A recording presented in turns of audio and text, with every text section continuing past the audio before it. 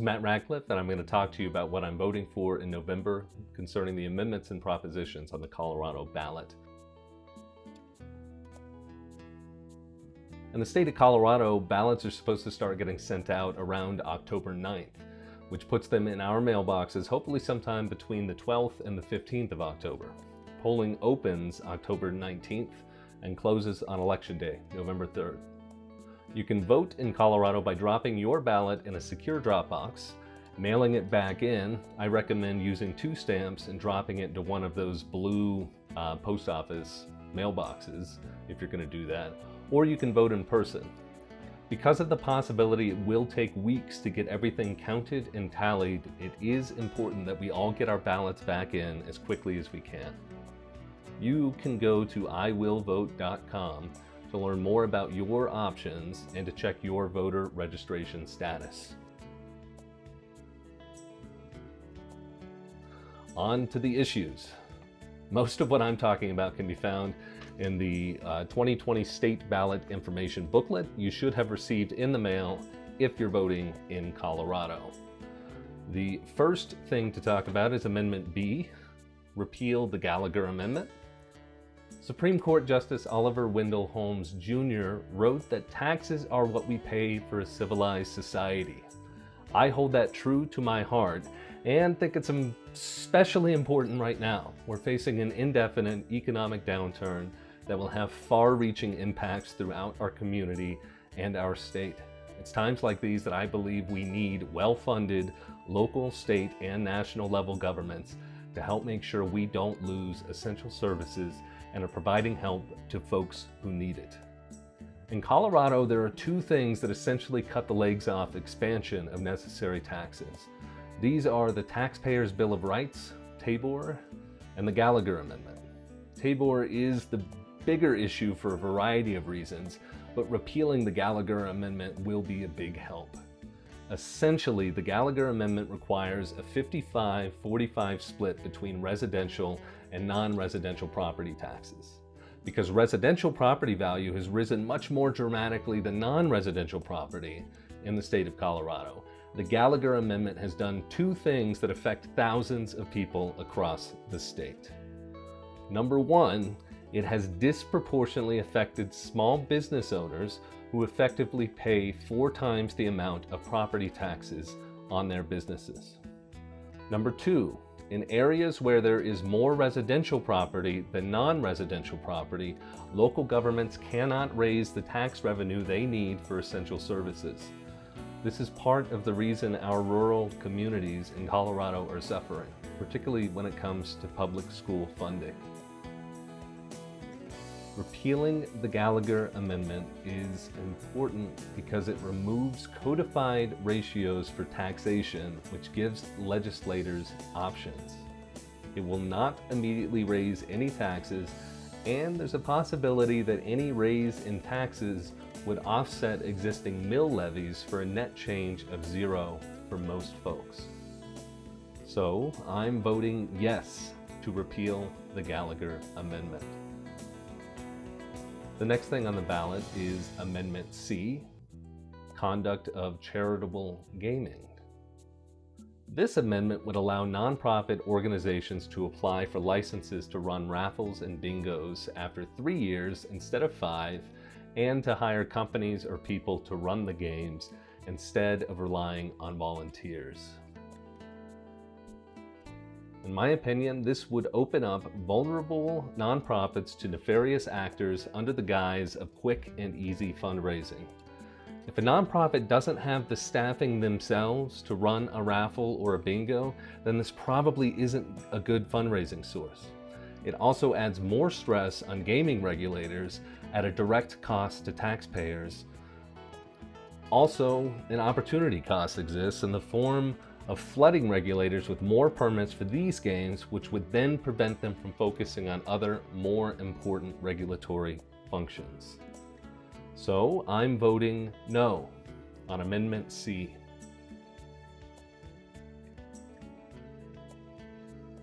Next on the ballot is Amendment 76, Citizenship Qualification for Voters. Right now, the Colorado Constitution says that every citizen of the United States is eligible to vote in Colorado elections. Amendment 76 would change it to say only a citizen of the United States is eligible to vote in Colorado elections. I think this is an unnecessary and potentially divisive semantic change designed to center portions of debate away from more important matters. So, I'm voting no on Amendment 76. Next up, Amendment 77, local voter approval of casino bet limits and games in Black Hawk, Central City, and Cripple Creek. This is a tough one because changes to this amendment or adoption of this amendment will invariably lead to an increase in problem gambling without adding new mechanisms for support. That said, it doesn't make sense to me, much like the Gallagher Amendment, to have limits to gaming codified in the Colorado Constitution. It should be left to local governments and regulation bodies across the state. As an added bonus, if we do adopt this amendment, it specifies that a large portion of gaming tax revenue will be pushed to community colleges.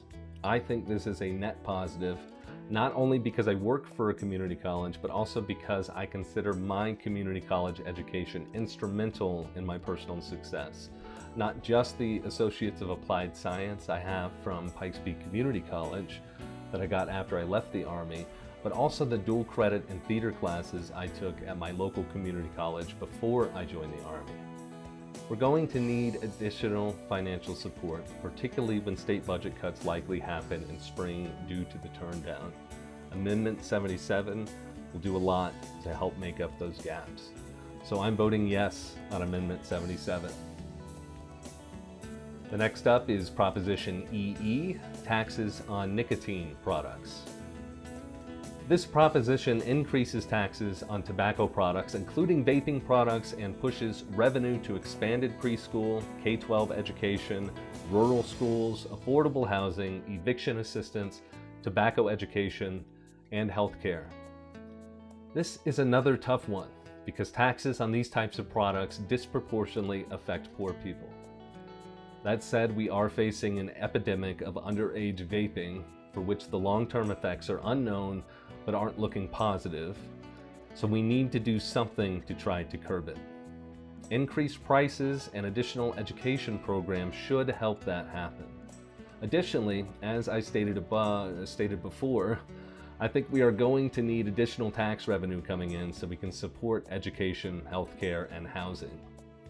So I'm voting yes on Proposition EE. Proposition 113, adopt agreement to elect U.S. President by national popular vote. I am only saying yes to this one because it requires enough states to agree to the National Popular Vote Compact before this becomes binding. The Electoral College is flawed and does not serve its intended purpose anymore. Creates divisions. It's just not a good thing. But a national constitutional amendment makes more sense to fix the issue. So begrudgingly, I will take this compact because I don't see any other way. So I'm voting yes on Proposition 113. Up next is Proposition 114, Reintroduction and Management of Gray Wolves. You probably won't believe this, but I think this is the most important issue we're voting on, period. Yes, even more than the presidential election. I believe because human beings share this planet with other organisms, we have a moral imperative to conserve the natural world as much as we can. Part of this imperative is to restore damage we've done when and where we can. In the late 1800s and early 1900s, human beings almost entirely wiped out gray wolves from North America because they were seen as a threat to livestock. Without natural predators, deer and elk populations have exploded, causing unintended things to happen. One example is beaver disappearing. And beaver are a keystone species because of the way they manipulate their environment. because they naturally create better habitats for fish and other aquatic and semi-aquatic animals. This pays dividends up and down the ecosystem and creates a more robust natural environment. They need willows to do this, and guess what? Elk and deer love willows, so they eat all of it, and then the beaver die, and this creates a chain reaction ecologically. About 25 years ago, researchers reintroduced gray wolves to Yellowstone National Park. Since then, they have established packs and hunt naturally throughout Yellowstone. We've seen the reestablishment of willows and the return of the beaver. This wasn't something they were expecting to happen. And over time and through different initiatives, natural wolf packs now exist throughout Canada and other places in the Northwest with similar positive environmental impacts. There are also packs in certain areas of Mexico and Central America. Wolves, however, reach a wall in the center of the US. Utah is not quite the right environment for them. Wyoming is still actively hostile towards them. And if we pass this proposition in Colorado, we will essentially connect gray wolves from Canada to Mexico. Livestock ranchers are accounted for in this proposition because there's a provision to pay fair compensation for livestock losses caused by the reintroduction of gray wolves. Colorado has a real opportunity to reestablish a keystone species in a way that will positively impact all of North America and eventually the entire Western Hemisphere. So I'm emphatically voting yes on Proposition 114, and I encourage you to do the same. Proposition 115, prohibit abortions after 22 weeks. Proposition 115 is a statewide abortion ban after 22 weeks of fetal gestation. What a woman does with her body is up to her and her alone. The government does not belong anywhere in that decision-making process. So as emphatically as voting yes for wolves, I'm emphatically voting no on Proposition 115 to keep the government out of women's bodies. Proposition 116, the state income tax rate reduction. This would reduce state income tax by 0.08%. For me, it accounts to less than $3.50 back in my pocket each month. But the loss of revenue to the state would be around $154 million annually. That amount of loss would have devastating impacts to essential services across the states and unintended consequences in ways we don't even know yet.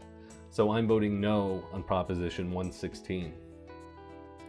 Proposition 117, voter approval for certain new state enterprises.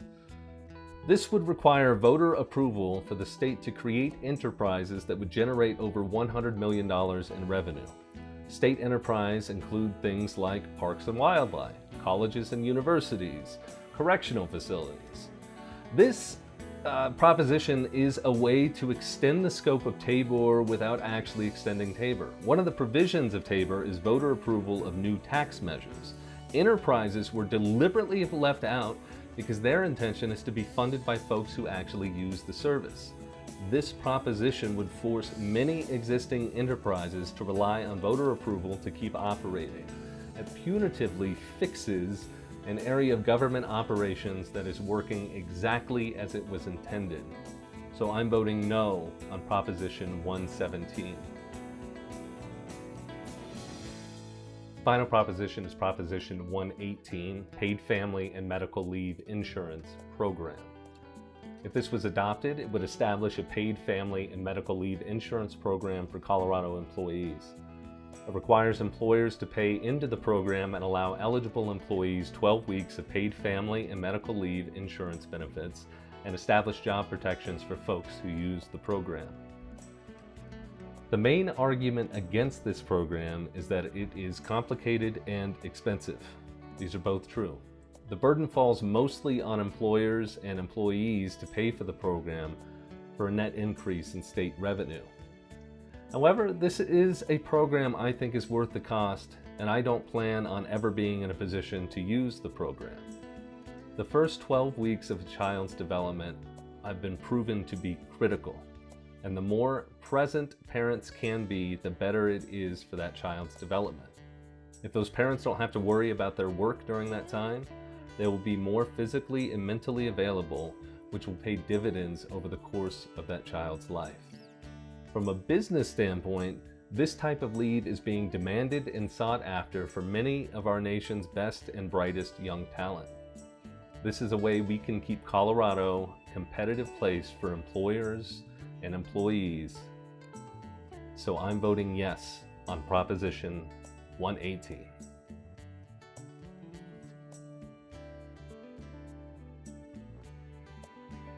To recap, Amendment B, Repeal Gallagher Amendment. I'm voting yes. Amendment C, Conduct of Charitable Gaming. I'm voting no. Amendment 76, Citizenship Qualification for Voters. I'm voting no. Amendment 77, Local Voter Approval of Casino Bet Limits and Games in Blackhawk, Central City, and Cripple Creek. I'm voting yes. Proposition EE, Taxes on Nicotine Products. I'm voting yes. Proposition 113, Adopt Agreement to Elect U.S. President by National Popular Vote. I'm voting yes. Proposition 114, Reintroduction and Management of Gray Wolves. I'm emphatically voting yes. Proposition 115, Prohibit abortions after 22 weeks. I'm emphatically voting no. Proposition 116, State Income Tax Rate Reduction. I'm voting no. Proposition 117, Voter Approval for Certain New State Enterprises. I'm voting no. Proposition 118, Paid Family and Medical Leave Insurance Program. I'm voting yes. Each and every one of our votes is up to us, and that's all we can say. I hope you do your research, and I hope you found this helpful. Let me know, and we'll talk about it. I do work for the state of Colorado, but my words are my own. I don't speak for the state or the organization I work for. Additionally, I'm writing, recording, and publishing this using personal equipment, and will only comment on posts outside of the hours I work, 8 a.m. to 5 p.m. Monday through Friday.